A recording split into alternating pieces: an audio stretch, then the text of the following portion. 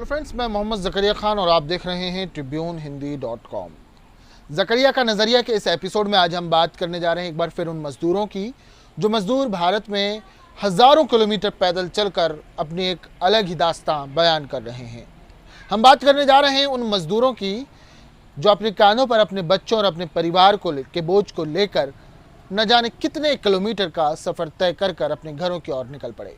हम उन मज़दूरों की बात कर रहे हैं कि एक बच्ची जिसका नाम ज्योति पासवान है, साइकिल में पैदल चलती है और अपने पिता को लेकर अपने घर बिहार पहुंच जाती है।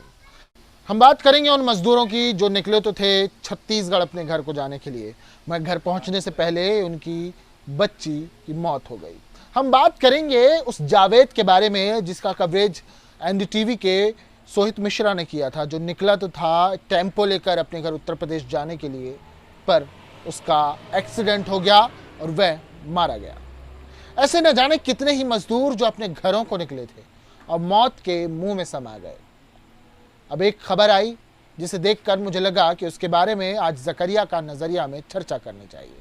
खबर थी उस श्रमिक स्पेशल ट्रेन के बारे में जिसके बारे में कहा जा रहा था ट्रेनें 2 दिन और 3 दिन की जगह 7 और 9 दिन में अपने गंतव्य की ओर पहुंच रही हैं।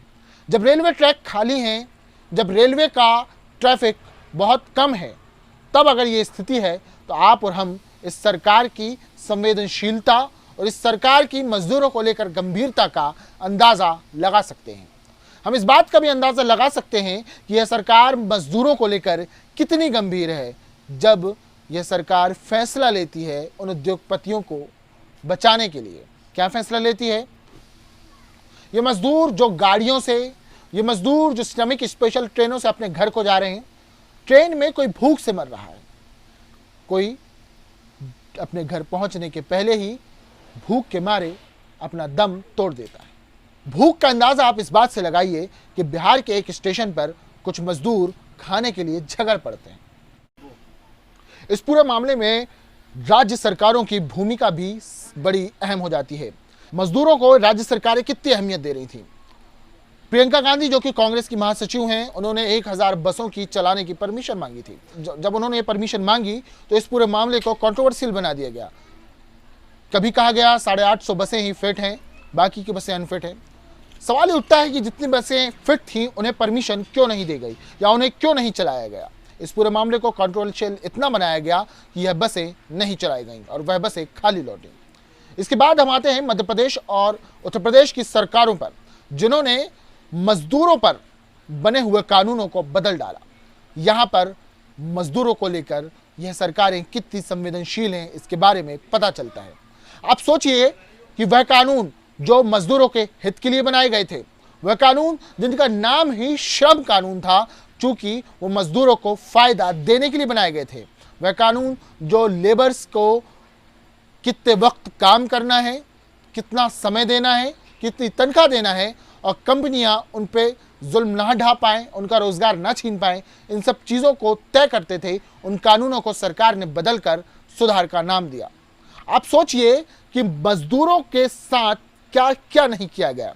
वो मजदूर जो श्रमिक स्पेशल ट्रेनों पर अपने घर पहुंचते पहुंचते भूख से मर गए, वो मजदूर जो पैदल मर गए, जाते जाते दम तोड़ गए, वो मजदूर जो बसों में एक्सीडेंट का शिकार हुए, वो मजदूर जो पैदल चल रहे थे और ट्रकों ने उन्हें रौंद दिया, ये सारे लोग आज पूछ रहे हैं सरकार से कि सरकार बताए वो कितनी संवेदनशील है।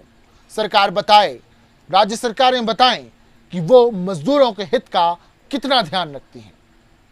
ये मजदूर जिन्होंने शहरों की बड़ी बड़ी इमारतों का निर्माण किया, ये मजदूर जिन्होंने वो सड़कें जिन पर ये चमचमाती कारें दौड़ रही हैं, उनके निर्माण में अपनी अहम भूमिका निभाई। शहरों को जो कभी छोटे शहर हुआ करते थे, आज बड़े मेट्रो सिटीज बनने में जिन मजदूरों ने अहम भूमिका निभाई, वो मजदूर सवाल पूछते हैं।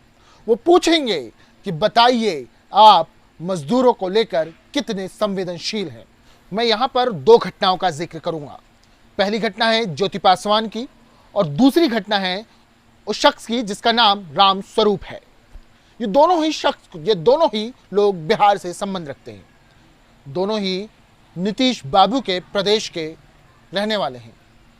मैं दोनों की बात क्यों कर रहा हूं? दरअसल ये दोनों ही चेहरे पिछले कुछ दिनों में चर्चा पे रहे हैं। ज्योति पासवान जो कि साइकिल से अपने पिता को 1000 किलोमीटर का सफर तय कर बिहार ले जाती है।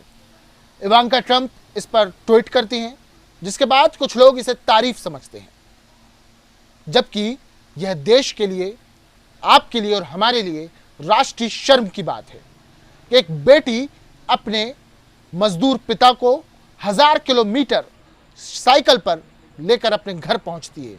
क्यों पहुंचती है? क्योंकि उसके घर में खाने के लिए दाना नहीं होता है। क्यों पहुंचती है? क्योंकि उसे लगता है कि अगर वो कुछ दिन और रुकेंगे तो वहां पर भूख से मर जाएंगे। यह हमारे लिए राष्ट्रीय शर्म की बात है। अब हम बात करेंगे उस रामस्वरूप की। रामस्वरूप का चेहरा बहुत ज्यादा सोशल मीडिया में फेमस हुआ, या यूं कहें कि लॉकडाउन की तस्वीर बन गया। एक पिता जो रो रहा है, फोन में बात कर रहा है, उसके आंखों से आंसू निकल रहे हैं। वो आंसू कुछ कहना चाहते हैं, वो आंसू कुछ बयान करना चाहते हैं। वो दर्द, जिस दर्द को आपने और हमने देखा नहीं, उस दर्द की जब हकीकत सामने आई तो लोगों के पैर के नीचे से जमीन खिसक गई। वो घर जाने के लिए निकले थे, पैदल निकले थे, भूखे थे। उन्हें खबर आती है कि उनका बेटा खत्म हो गया, उनके बेटे की मृत्यु हो गई है। वे अपने बेटे की मौत की खबर सुनते हैं और रोने लगते हैं। दुखों का पहाड़ उनके ऊपर आ पड़ता है। उन्हें लगता है कि जैसे एक साथ सारी परेशानियां उनके ऊपर आ चुकी हैं। पर क्या सरकारें जागी? पर क्या सरकारों ने इन लोगों की तस्वीरों को देखकर इनके जैसे और अन्य लोगों की मदद की? नाम के लिए श्रमिक स्पेशल ट्रेन चल रही हैं, पर कैसी चल रही हैं आप और हम सब जानते हैं। वो ट्रेन जो 2 और 3 दिन में घर पहुंच जाना चाहिए, 7 और 9 दिन ले रही हैं। वो ट्रेन जिसे बिहार जाना चाहिए वो उड़ीसा पहुंच जा रही है। दोस्तों, यह था हमारा आज का एपिसोड। अगर आपको आज पसंद आया हो तो लाइक करें, कमेंट करें, शेयर करें, कमेंट बॉक्स में अपनी प्रतिक्रिया जरूर दें। और हाँ, यूट्यूब पर अगर देख रहे हैं तो हमारा चैनल जरूर सब्सक्राइब करें। फिर मिलेंगे। जय हिंद, जय भारत।